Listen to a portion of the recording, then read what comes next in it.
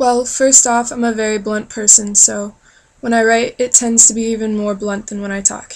I think because since I have to physically put the words on paper, I tend to just get to the point. But you should know this about me well enough by now, so enough preamble, eh? P.S. I'm kind of sloppy, but I'll try to be legible. So I've been pretty nervous about this letter writing deal, I think because it makes me dedicate my alone time to you, which means I have to actually examine how I feel about you and my hopes and expectations. Sorry about the penmanship Vicodin and beer, dearest.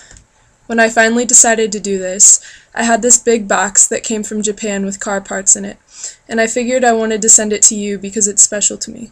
And because it was empty and available also, which sticks me with this box I have to fill. So I started looking around my room for stuff to put in, and I couldn't decide. I wanted to put so much stuff for a bunch of different reasons.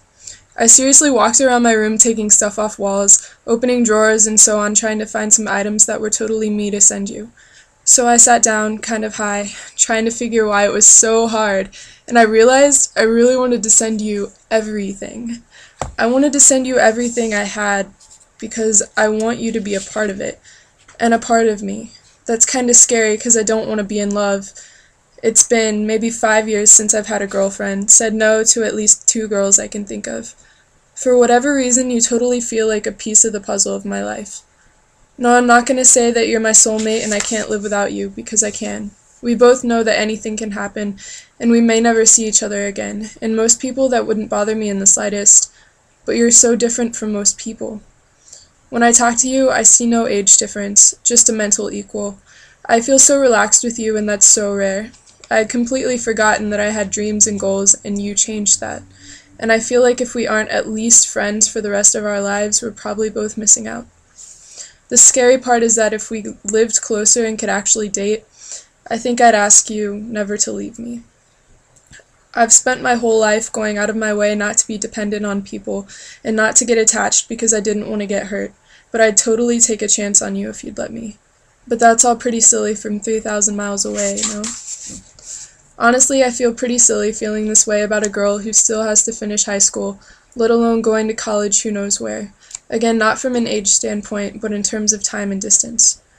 And I wish that you could go to school in California, but I know it's really selfish of me, and by then, we could have both changed our minds about each other. But waiting is, and the future will take care of itself. And in the meantime, I really appreciate the relationship we do have. You totally make me enjoy being myself in a way nobody else ever has.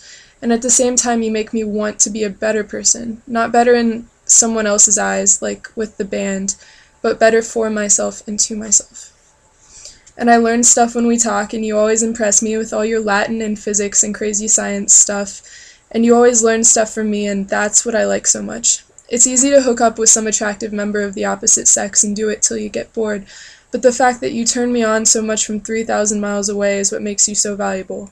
In short, I'm pretty crazy about you, and I don't think that's going to change. Alright, well, I feel like that's quite a bit for now. It's like 1:30 a.m. and I'm about to fall over. But at least you know how I feel. I tried to be pretty plain about it, so now you get to read this and see how you feel about it, and maybe write me back. Or you could just tell me on the phone. For now, the end. Mr. Harrison, 10th grade history. P.S. I hope you can read my chicken scratch, otherwise this be pretty pointless.